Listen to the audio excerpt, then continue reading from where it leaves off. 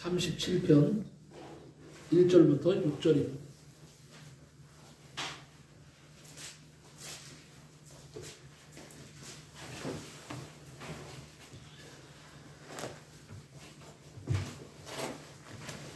시편 37편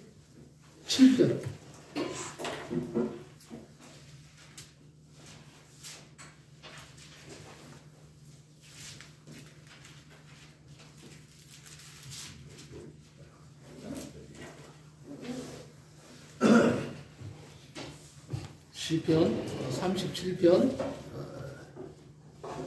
1절부터 6절까지 우리 같이 합독합니다.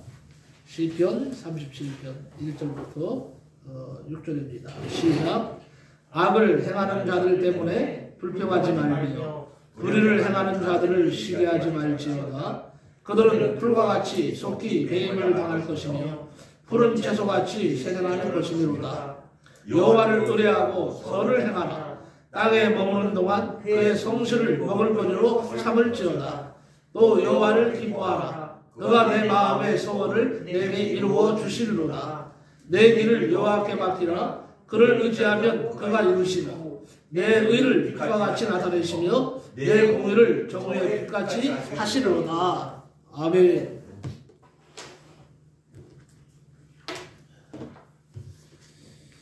오늘 시편 37편 1절부터 6절 말씀을 가지고 마음의 소원을 이루는 비결이라는 제목으로 말씀을 나누며 은혜를 받고자 합니다. 인천국제공항 1층 로비 중앙에 보면요, 밀레니엄 홀이라고 하는 것이 있습니다. 여기에 보면요, 작은 연못 하나가 있습니다. 근데 그 가운데 또 항아리가 하나 있습니다. 그 항아리에 동전을 던져서 들어가면 소원이 성취된다는 그 소문을 듣고 많은 여행객들이 지나가면서 거기다가 돈을 던집니다. 동전을 던집니다. 그래서 연못 주변에는 동전을 던지는 사람들로 항상 북적거립니다. 아이들도, 신혼부부도, 일본 사람들도, 미국인도 각자 자기 나름대로 소원을 빌면서 동전을 던집니다. 공항 내에 그래서 관광 명소가 됐습니다. 그런데 자, 항아리에 동전이 들어간다고 정말 마음의 소원이 다 이루어지겠습니까? 아닌 거 뻔히 알지요. 그러나 중요한 것은 적어도 사람들 가운데 다 소원이 없는 사람이 없다는 사실입니다. 어떤 사람은 나 같은 사람에게 무슨 소원이 있겠습니까? 이렇게 말하는데 이건 다 거짓말이에요. 소원이 없는 사람은 하나도 없습니다. 다 소원이 있어요. 만약에 소원이 없는 사람이 있다면 그것은 아마 죽은 사람이 아닐까 이렇게 생각을 합니다. 죽은 사람 외에는요 다 소원이 있어요. 소원이 있는 사람과 소원이 있는 사람요, 이 소원이 있는 사람과 없는 사람은요 어떻게 다르냐? 얼굴부터 눈동자부터 다릅니다. 소원이 있는 사람은요 그 눈동자가 항상 갈급해 있어요. 무엇인가를 찾고 있습니다. 그래서 눈동자가 빛난다고 할 수 있습니다. 그런데 소원이 없는 사람들은요 눈빛이 흐립니다. 그리고 앞을 보지 못하고 항상 땅을 보고 있는 것을 보게 됩니다.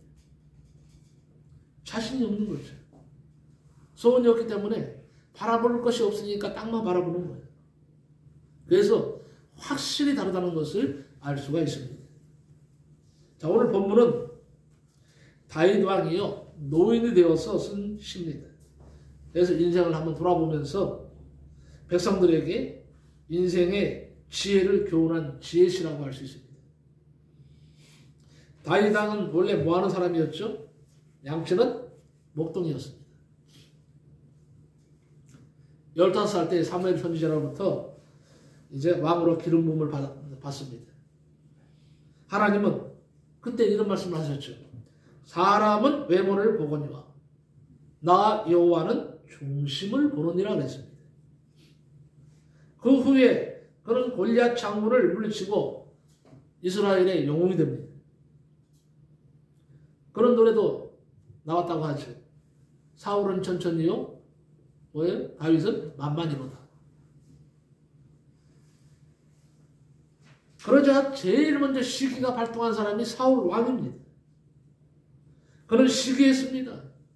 죽이려고 군사들을 보내서 얼마나 많은 일들을 했습니다. 다윗은 사울의 사위가 되었음에도 불구하고 10여 년 동안 그야말로 도망자가 됐고 생명이 경각에 달리는 그 순간들이 한두 번이 아니었습니다. 많은 고비를, 죽음의 고비를 넘겼습니다. 그런데 그는요, 사울을 원망하거나 불평하지 않고 하나님만 의지하고 인내했습니다. 심지어는 사울을 죽일 수 있는 절호의 기회가 왔음에도 불구하고 그는 창을 든다든지 실을 든다든지 화를 쏘지 않았습니다. 그런 다윗이 나이가 30이 되었을 때에는요, 완전히 인생 역전되는 일이 일어납니다.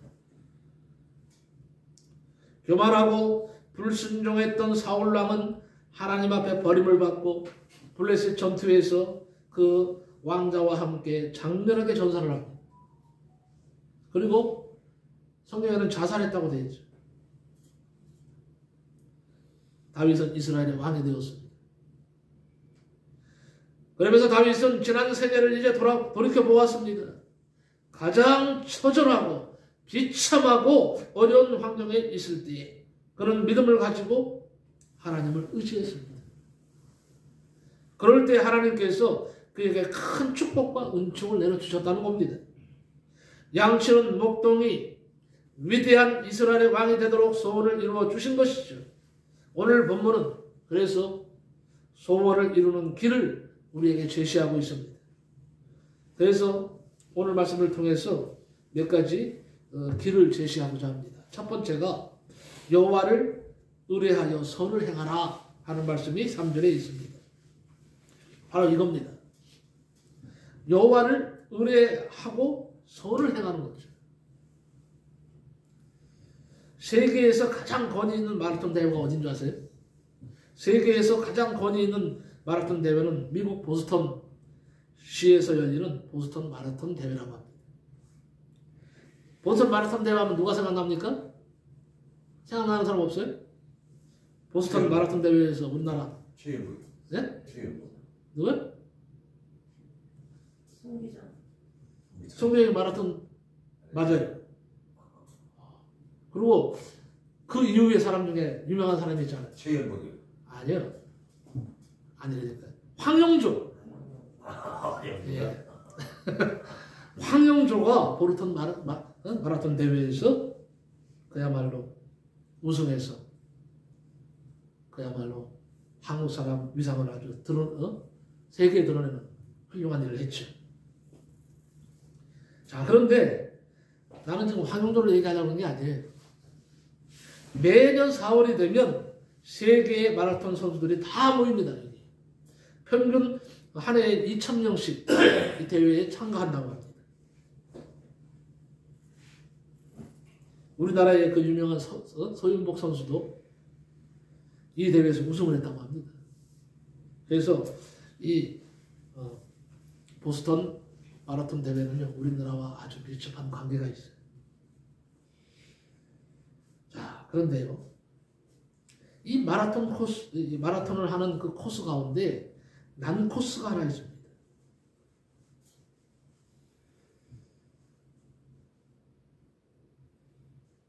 코스가요, 끝날 때까지 일정하다고 합니다. 코스가. 굴곡이 없다는 얘기예요. 그런데 마지막 마에 뭐예요? 약 9.6km 남겨놓고는 가파를 얻는. 열심히 여기까지 달려왔어. 이제 9.6km만 통과하면 우승이에요. 모두가 우승이죠. 통과하면. 잘해. 그런데 9.6km 지점에서요, 이게 가파른 언덕이 시작되면서부터 탈락자가 막 속출합니다. 그리고 결승점에 들어오는 선수는 불과 6, 7명밖에 안 된다고 합니다. 다 탈락해요.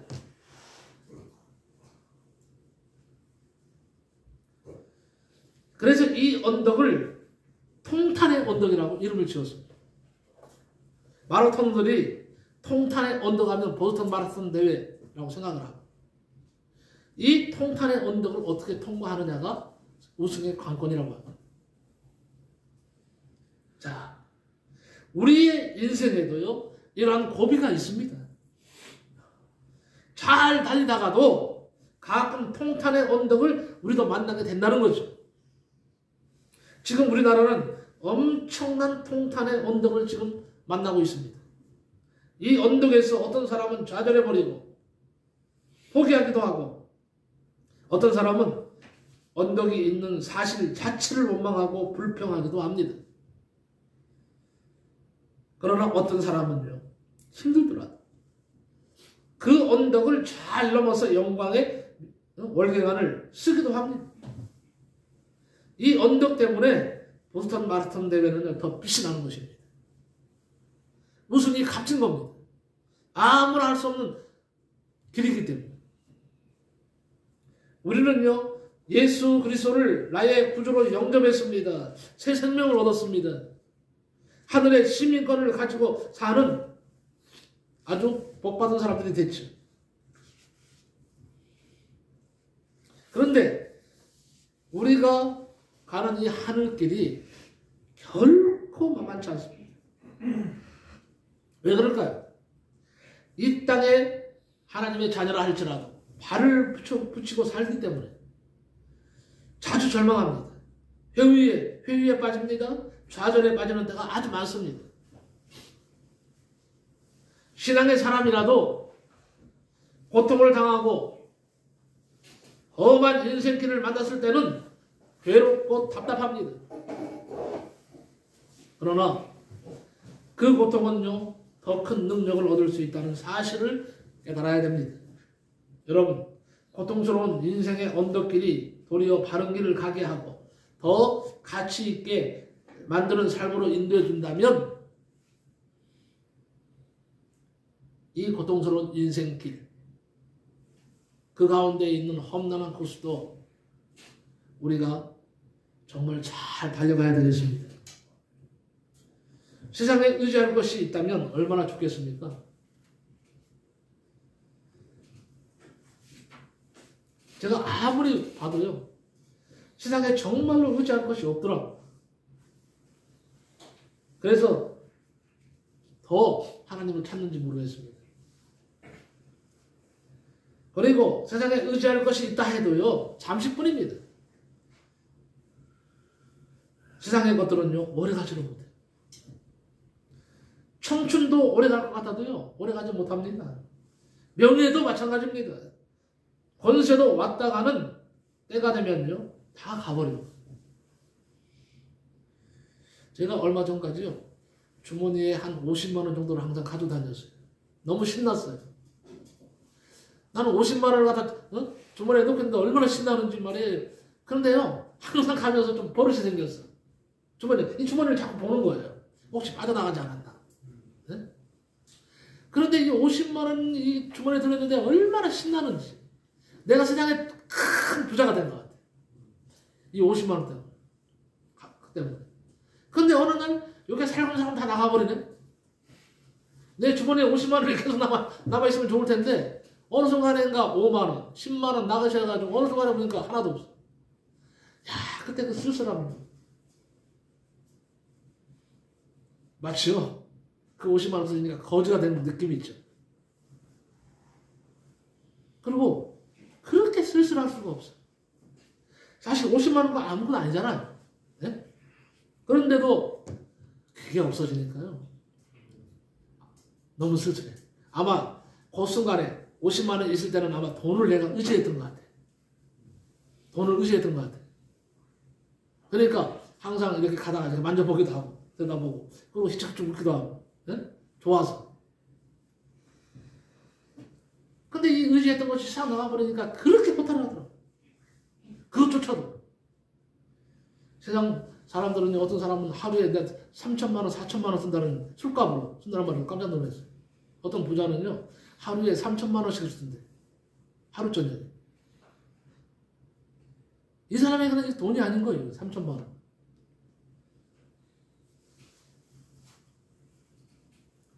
그래서 느낀 것은 세상에 참 의지할 것은 없구나 하는 생각이 들더라고.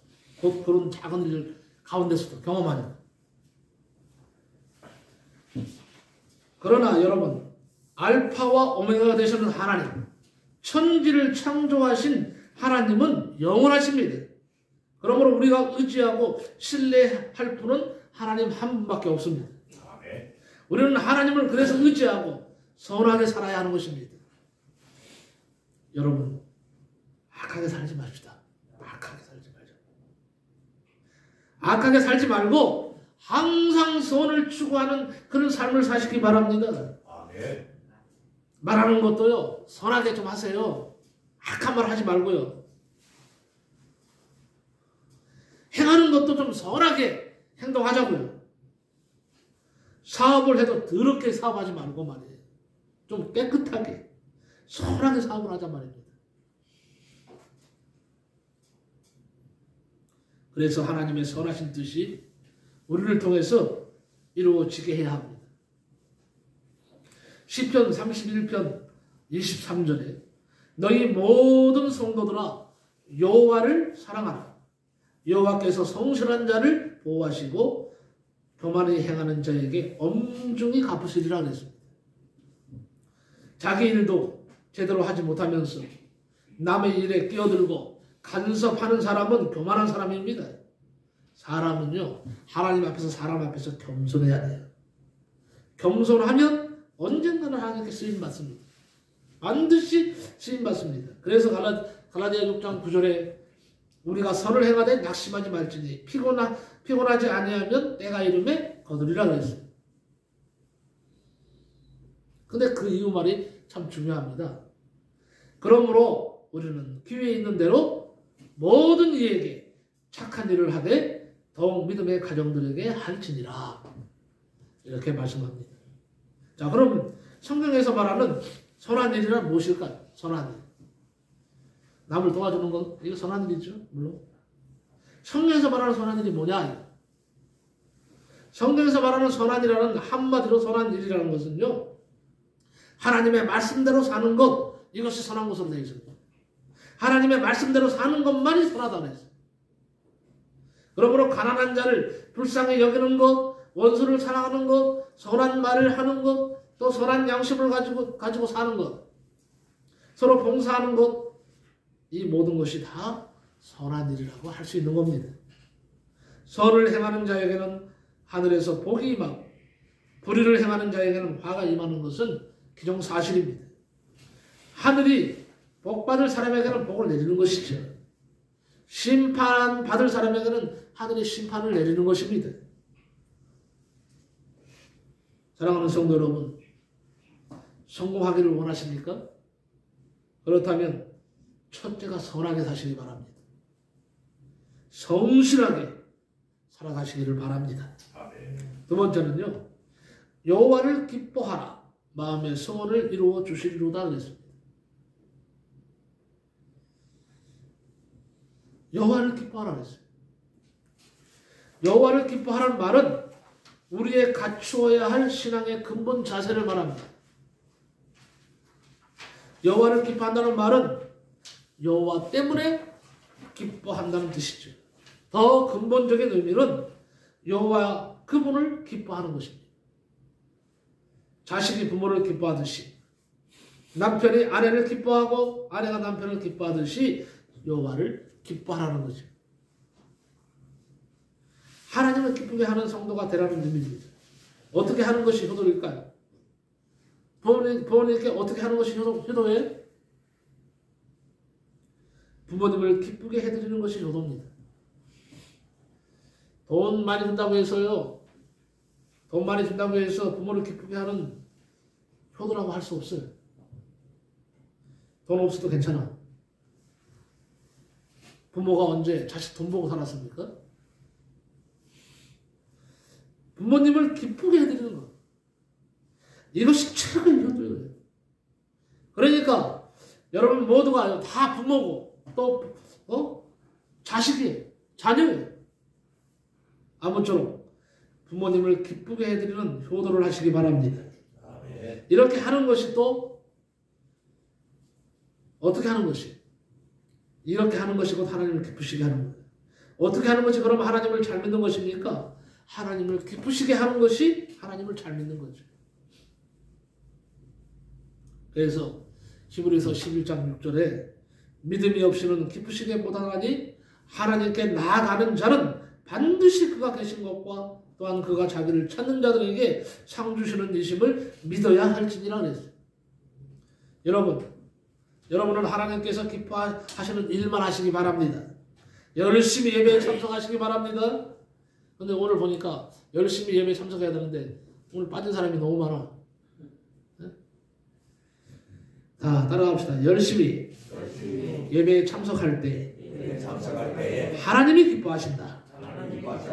이 사실을 믿으시기 바랍니다. 아멘. 그리고 늘 깨어서 기도하십시오. 여러분 좀 기도의 올해는요, 지난주에도 말씀드렸지만 기도하는 좀 맛을 좀 한번 느껴보세요.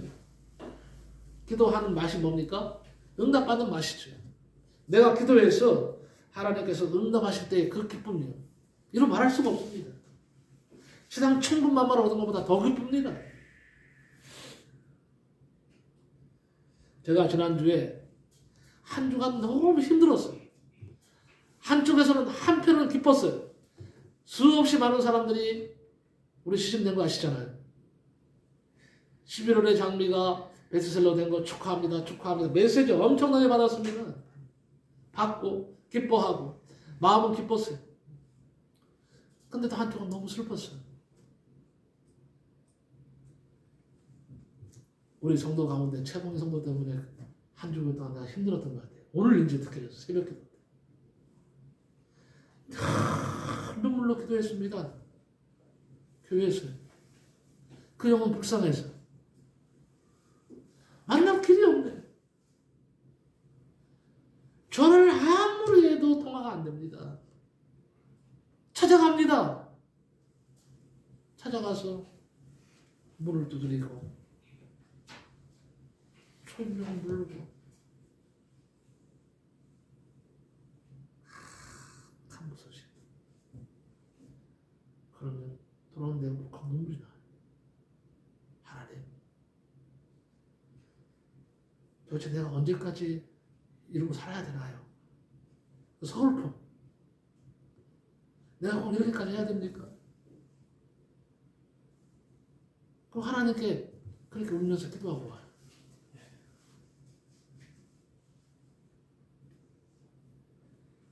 그래도 뭔가 드리고 싶어서 이거저거 싸가지고 양쪽 손에 들고 말이에요. 물론 엘리베이터를 타지만 9층까지 올라가야 돼요.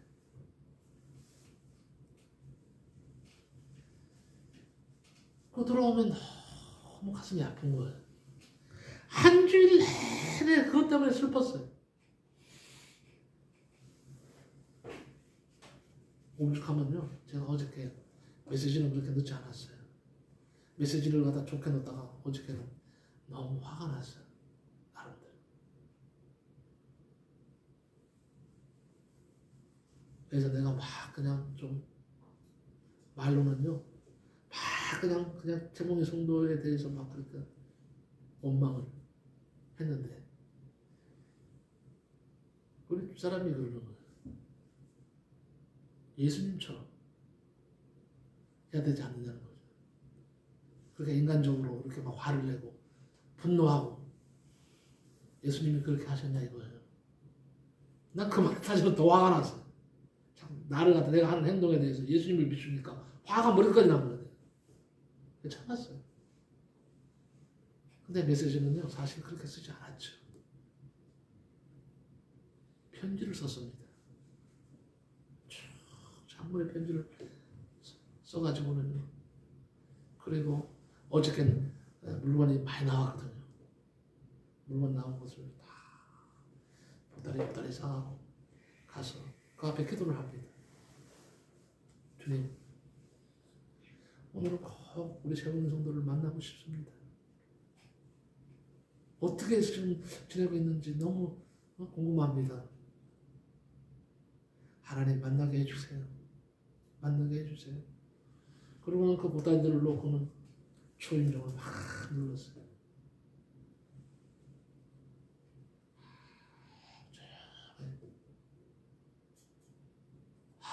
오늘도 만나지 못하는구나 생각하고 돌아서려고 다시 한번 그냥 문을 갖다 그래 문을 갖다 가면 막 두드리잖아요. 물면서 정말 문을 막 두드렸어요. 막 때렸어. 그때서 안에서 하고 기침하는 소리가 나는 거야. 그리고 문이 열렸어요. 딱 보는 순간에 얼굴이 말이 아니에요. 얼굴이 왜 누렇게 떴어. 얼굴이 누렇게 뜨고 얼굴이 막 보도 못해요.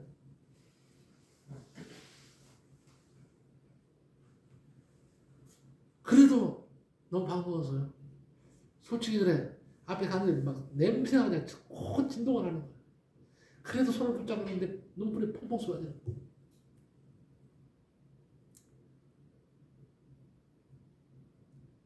나도 모르게 눈물이 막 솟구치던 거야. 딱 한마디 했어요. 죽은 줄 알았더니 살아있는 모습 봐서 반갑습니다. 살아있어서 고맙습니다. 그랬어요.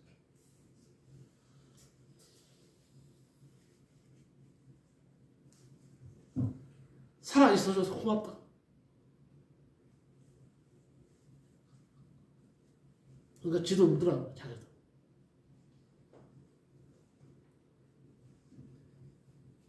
그리고 그냥 돌아왔어요. 다음에 다시 한번 들리겠습니다. 뭐 빨가벗고 그러니까 옷을 갖다 안 입고 있으니까 팬티만 입고 있으니까 어떻게 할 수가 없더라고.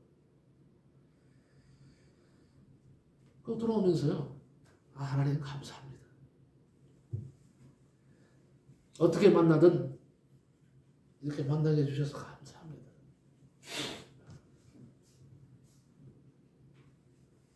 교회에 돌아와서도 얼마나 울면서 기도했는지.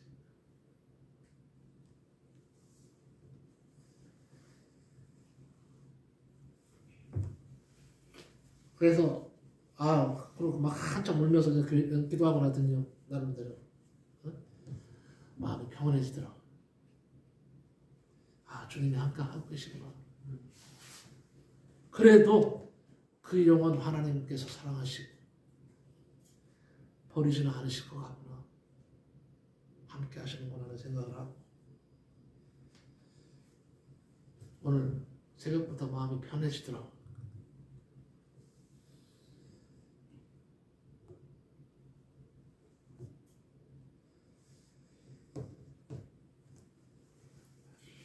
여호와를 기뻐하며 사시기 바랍니다.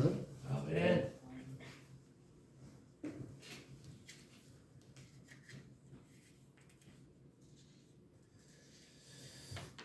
그래도 제가 하나님을 기쁘게 하는 그런 삶을 어저께 좀 사는 것 같아요. 그렇죠? 아멘. 안 돌아봐도 되잖아요. 아직껏 시장말로 하면. 근데 그 영혼이 불쌍한 거예요.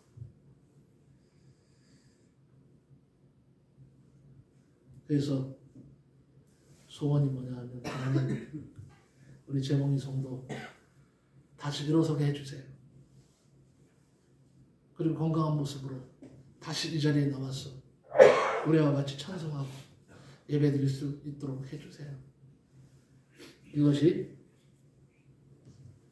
하나의 소원이 되었습니다. 나는 이루어 주실 것이라고 확신합니다. 아멘. 그 영혼 버리지 않을 것이라고 확신합니다. 여러분이 소망을 가지고 있다면 하나님을 바라보고 하나님께 의뢰하시기 바랍니다. 시편 43편 5절을 말합니다. 내 영혼아 내가 어찌하여 낙심하며 어찌하여 내 속에서 불안해하는가. 너는 하나님께 소망을 두라. 그가 나타나 도우심으로 말미암아 내 하나님을 여전히 찬송하리로다. 죄송합니다.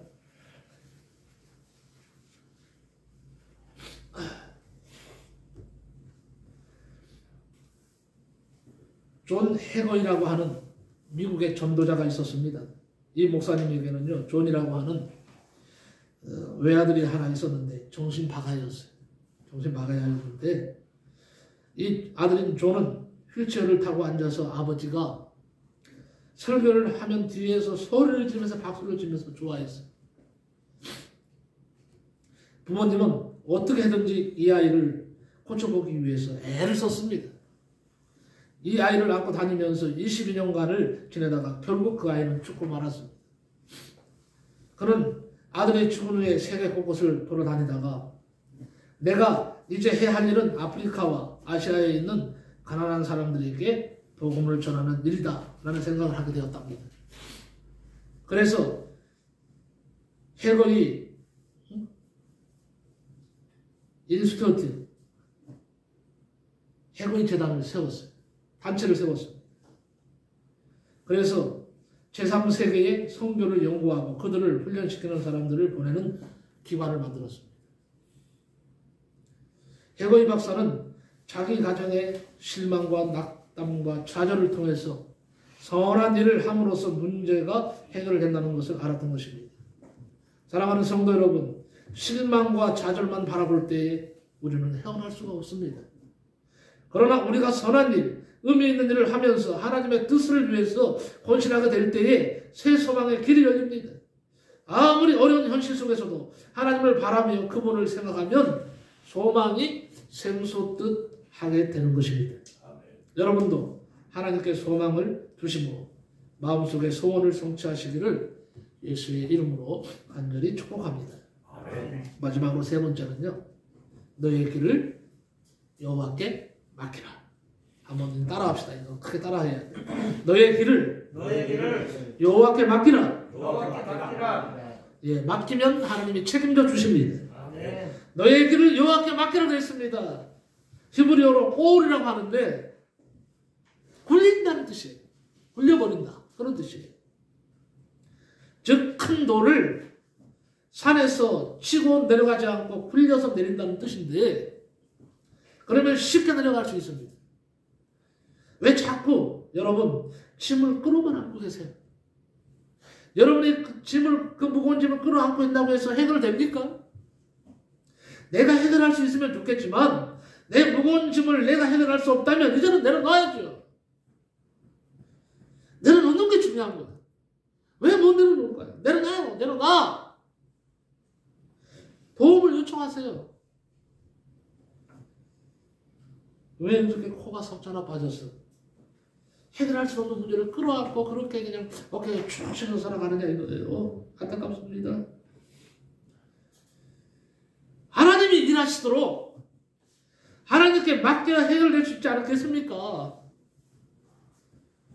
하나님께 당신의 무거운 짐을 굴려버리라는 것입니다. 이게 짐을 맡기는 거예요. 하나님은 우리 한 사람 한 사람에게 계획을 가지고 계십니다. 우리보다 더 잘하시는 하나님이 내 인생을 주관하시기를 원하십니다. 그래서 맡기라는 거예요. 우리 인생을 제발 좀 내 힘에 맡기지 말자는 겁니다. 우연에 맡기지 말고요. 이제부터는 하나님께 맡기자는 거예요. 하나님 우리 아버지 되시자. 천지를 지으신 하나님께 제발 여러분의 무거운 짐을 맡으시기를 축복합니다. 잠언 10장 3절에 너희 행사를 여호와께 맡기라. 그리하면 너의 경영하는 것이 이루어지리라 그랬습니다. 인생을 창조하신 이가 하나님이십니다. 우주를 만드신 이가 하나님이십니다. 그 하나님의 우주 공간을 지금도 경영하고 계십니다. 그러므로 가장 지혜로운 사람은 창조주 하나님께 인생을 맡기고 살아가는 것이 가장 복된 삶인 줄로 믿습니다.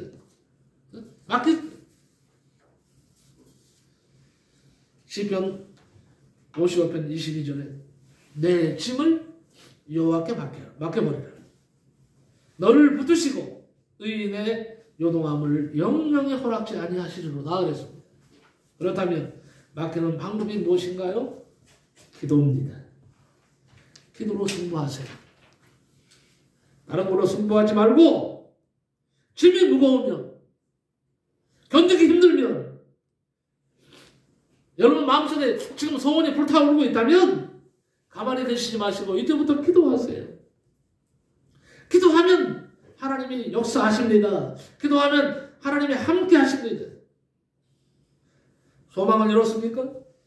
다시 한번 힘을 내어서 여호와 하나님을 신뢰하시고 기도로 소망하는 것을 아뢰시기 바랍니다. 마음의 소원을 이루기를 원하십니까? 창조주 하나님, 능력의 하나님, 풍성케 하시고 아름다운 열매를 주시는 하나님을 의지하시고 실망하거나 낙심하지 말고 계속 믿음을 가지고 열매 맺게 하시는 하나님을 바라보고 나아가시고 기도하시기 바랍니다.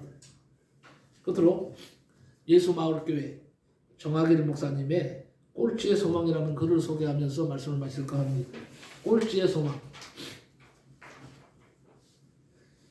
러시아 작가 톨스토이는 대학에서 계속 낙제 점수를 받았다. 교수들은 그에게 배우기를 포기한 젊은이라고 했다. 그러나 성경을 통해서 지혜를 얻은 그는 전쟁과 평화라는 명작을 남겼다. 프랑스 조각가 로댕은 예술학교 입학을 3번이나 거절당한 꼴찌였다. 그의 아버지는 이렇게 통탄했다. 이런 바보가 우리 집에서 태어났는가. 그러나 그는 조각가로서 세계적인 명성을 얻었다. 아인슈타인은 선생님으로부터 정신 발달이 느리고 환상에 사로잡힌 아이라고 무시를 당했다. 그러나 그는 지금 천재로 평가받는다. 영국의 성직자 제레미 테일러는 이런 말을 했습니다. 하나님은 꼴찌를 택해서 1등으로 만드신다. 하나님의 일꾼들은 연약했음에도 불구하고 하나님을 의지하고 신뢰했기 때문에 위대한 일을 성취했다. 이런 말을 했습니다. 지금 당신은 혹시 밑바닥에 서 있지 않습니까? 지금이 바로 하나님이 당신을 사용하실 기회임을 믿으시기 바랍니다. 하나님은 세상에 약한 것을 택하사 강한 것을 부끄럽게 만드시는 좋으신 하나님이십니다. 능력의 하나님이십니다. 그분이 바로 우리 아버지심을 믿는다면 오늘도 다시 확신을 가지고 소망을 가지고 여러분의 소원을 하나님 앞에 아뢰면서 잡으러 나가실 때 기도하실 때 앞으로 놀라운 일이 일어나게 될 줄로 믿습니다. 기도합니다. 고마우신 하나님 감사합니다. 마음의 소원을 이루는 비결이 무엇인지 알게 하심을 감사합니다. 알았다면 이제는 아버지 나가서 실천함으로 나의 소망, 나의 소원을 이룰 수 있는 역사가 있게 하여 주옵소서. 우리 하나님께서 오늘도 귀한 말씀을 주시고 나를 일으켜주시고 세워주신 것 감사하오며 예수 그리스도의 이름으로 기도하옵나이다. 아멘. 아멘.